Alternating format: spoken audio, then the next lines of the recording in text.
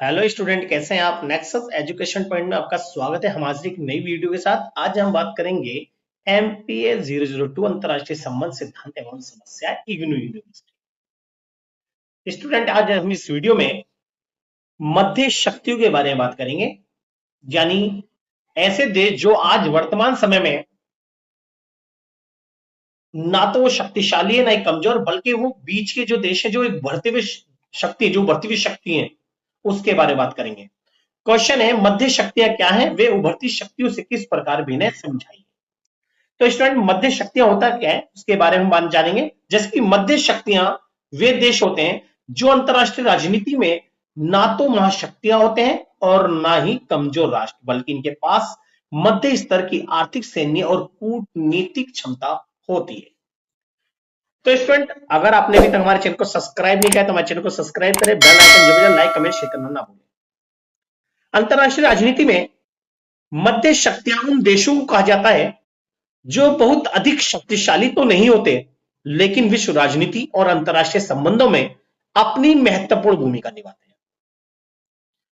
और ये देश शांति, सहयोग, व्यापार, मानवाधिकार और वैश्विक समस्याओं के समाधान में सक्रिय भाग लेते हैं। मध्य शक्तियां बड़े देशों और छोटे देशों के बीच संतुलन बनाने का कार्य करती हैं। इनके पास सीमित सैन्य शक्ति होती है, लेकिन आर्थिक, कूटनीतिक और तकनीकी क्षेत्र में इनका प्रभाव अच्छा होता है। ये देश वैश्विक व्यवस्था में संतुलन बनाए रखने, शांति को बढ़ावा देने और अंतरराष्ट्रीय सहयोग को मजबूत करने में महत्वपूर्ण भूमिका निभाते हैं। जैसे एक बहुत शक्तिशाली देश है और एक कमजोर देश है, तो ना वो कमजोर है ना भारी, जो बीच के जो देश होते हैं ये क्या करते हैं, ये शक्तिशाली देश और कमजोर देशों के बीच में एक संतुलन का काम करते हैं। यानी कोई भी शक्तिशाली देश अगर मनमानी करता है तो उनके ऊपर, यानी उनके ऊपर आरोप या उनको समझाने के लिए ये मध्य शक्ति वाले देश होते हैं। मध्य शक्तियां आमतौर पर बहुपक्षवाद का समर्थन करती है और ये कहते हैं कि हमें ऐसे काम करने चाहिए जिसके उस काम में सभी का फायदा हो। यानी वो एक पक्ष को नहीं देखते, वो बहुत सारे देशों के पक्ष को देखकर काम करते हैं और अंतरराष्ट्रीय संगठनों के माध्यम से समस्याओं का समाधान खोजने का प्रयास करते हैं। और ये जितनी भी समस्याएं हैं उनको अंतरराष्ट्रीय स्तर पर जितनी भी एजेंसियां हैं, संस्थाएं या संगठन है, उनके माध्यम से सभी समस्याओं का समाधान करने का प्रयास करते हैं। और ये बिना संगठन और इन संस्थाओं के बिना ये समस्या को समाधान करने के लिए काम नहीं करते, बल्कि इन संस्थाओं का वो सहारा लेते हैं। ये देश विवादों के मध्यस्थता करते हैं और स्थिर बनाए रखने में योगदान देते हैं। इस प्रकार मध्य शक्तियां विश्व राजनीति में एक ब्रिज का काम करते हैं, सेतु का काम करती हैं जो बड़े और छोटे देशों के बीच संतुलन स्थापित करती हैं। और ये मध्य शक्ति स्तरीय जो शक्तियां हैं, जैसे कि कनाडा, ये मध्य शक्तियों में आते हैं। Australia, Germany, Japan, south Korea, Brazil, south Africa जैसे जो देश हैं, यानी यहां तक कि भारत भी इन मध्य शक्तियों में आता है। तो ये सारे जो देश हैं ये सब मध्य शक्तियां हैं और ये विश्व में जितने भी युद्ध होते हैं या इनको रोकने में अपनी अहम भूमिका निभाते हैं। तो ये सारे देश मध्य शक्तियों में आते हैं। अब बात करते हैं मध्य शक्तियों की जो विशेषता उसके बारे में बात करते हैं। जो मध्य शक्ति के स्तर के जो देश हैं उनकी क्या शक्ति है। जैसे कि मध्य स्तर की शक्ति, इनकी पहली विशेषता है कि जितने भी देश होते हैं ये मध्य स्तर के, यानी इनके पास मध्य शक्तियां होती है। मध्य शक्तियों के पास ना तो बहुत अधिक सैन्य आर्थिक शक्ति होती है और ना ही बहुत कम। वे अपने संसाधनों का प्रभावी उपयोग करके अंतरराष्ट्रीय स्तर पर संतुलन प्रभाव बनाए रखते हैं। दूसरी बहुपक्षवाद, जैसा कि मैंने आपको बताया, जितनी मध्य स्तरीय शक्तियां हैं वो एक पक्ष के लिए, एक हित के लिए नहीं, बल्कि वो सभी के हित के लिए काम करते हैं और वो चाहते हैं, बहुपक्षवाद का समर्थन करते हैं। ये देश अंतरराष्ट्रीय समस्याओं के समाधान के लिए संयुक्त प्रयासों में विश्वास करते हैं और अंतरराष्ट्रीय संगठनों के माध्यम से, यानी संगठनों के माध्यम से सहयोग को बढ़ावा देते हैं। तीसरी विशेषता है शांति और स्थिरता पर जोर। जितनी भी मध्य स्तरीय शक्तियां हैं वो विश्व में शांति और स्थिरता पर जोर देते हैं और जितने भी युद्ध और हिंसा है या जो भी झगड़े हैं उनको शांतिपूर्ण समाधान या अंतरराष्ट्रीय संगठन और संस्थाओं के माध्यम से समाप्त करने का प्रयास करते हैं। मध्य शक्तियां विश्व में शांति बनाए रखने और संघर्षों को कम करने के लिए सक्रिय भूमिका निभाती हैं। वे युद्ध के बजाय संवाद को प्राथमिकता देती है। चौथी है मध्यस्थता की भूमिका। जितनी भी मध्य स्तरीय शक्तियां हैं वो मध्यस्थता को प्रेफरेंस देते हैं, यानी फर्स्ट प्रायोरिटी देते हैं मध्यस्थता को, और वो जितनी भी समस्याएं वो मध्यस्थता के माध्यम से, संवाद के माध्यम से समाधान करने का प्रयास करती है। ये देश बड़े देशों के बीच विवादों को सुलझाने में मध्यस्थता का कार्य करते हैं, जिससे वैश्विक तनाव कम होता है। फिफ्थ है नियम आधारित व्यवस्था का समर्थन। जितनी भी मध्यस्थलीय शक्तियां हैं ये नियमों के आधार पर चलते हैं। मध्यस्थ शक्तियां अंतरराष्ट्रीय नियमों और कानूनों का सम्मान करती हैं और एक नियम आधारित वैश्विक व्यवस्था को बढ़ावा देती है। इसके अलावा 6 पॉइंट है कूटनीतिक सक्रियता। जी, इन देशों की कूटनीतिक मजबूती होती है और वे विभिन्न अंतरराष्ट्रीय मंचों पर सक्रिय रूप से भाग लेते हैं, उनकी कूटनीति को मजबूत बताया गया है। साथ ही साथ संतुलन बनाने की क्षमता, ये मध्य स्तरीय जो है विश्व स्तर पर संतुलन बनाए रखने में अपना योगदान देते हैं। ये देश महाशक्तियों के भी संतुलन बनाए रखने का प्रयास करते हैं ताकि कोई एक शक्ति अत्यधिक प्रभावशाली ना बन सके, ताकि संतुलन बना रहे।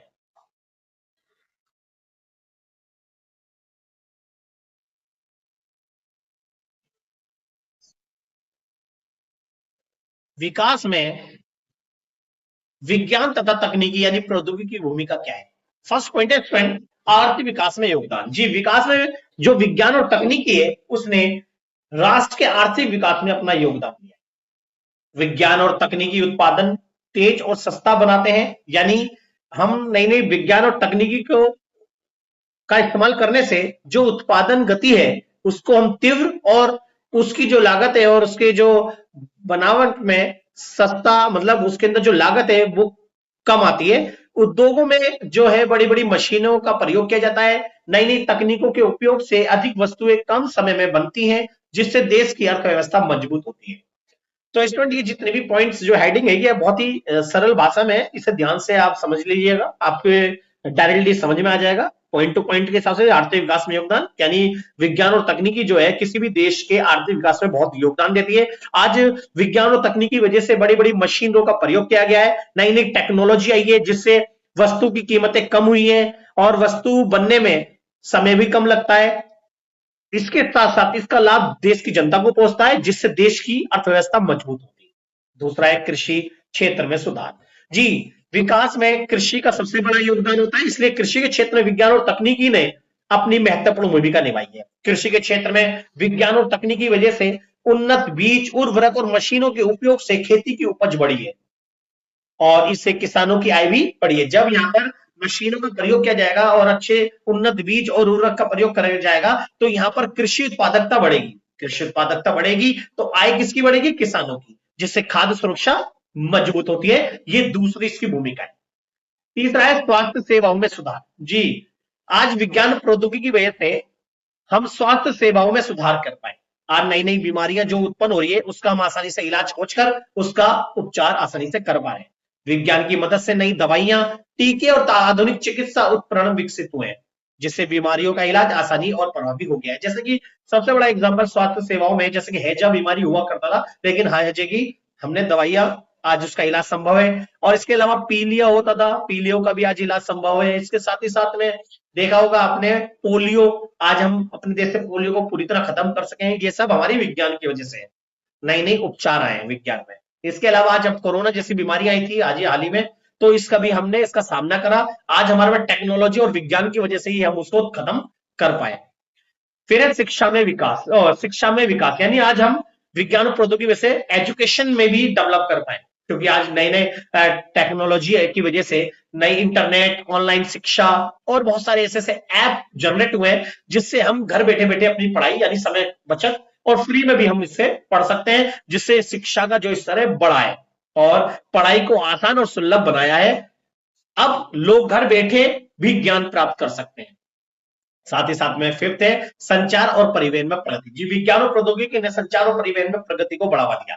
जैसे मोबाइल जो है, इंटरनेट, ये सारी टेक्नोलॉजी, जैसे रेल में नई नई टेक्नोलॉजी बनाया गया, हवाई जहाज जैसी तकनीकों ने दूरी को कम किया है, क्योंकि नई नई टेक्नोलॉजी की वजह से हवाई जहाज भी बन पाए हैं, मोबाइल इंटरनेट की सुविधाएं उपलब्ध हुई हैं, रेल व्यवस्था ही है और रेल को हमने टेक्नोलॉजी के माध्यम से एक दूसरे के साथ जोड़ा है ना।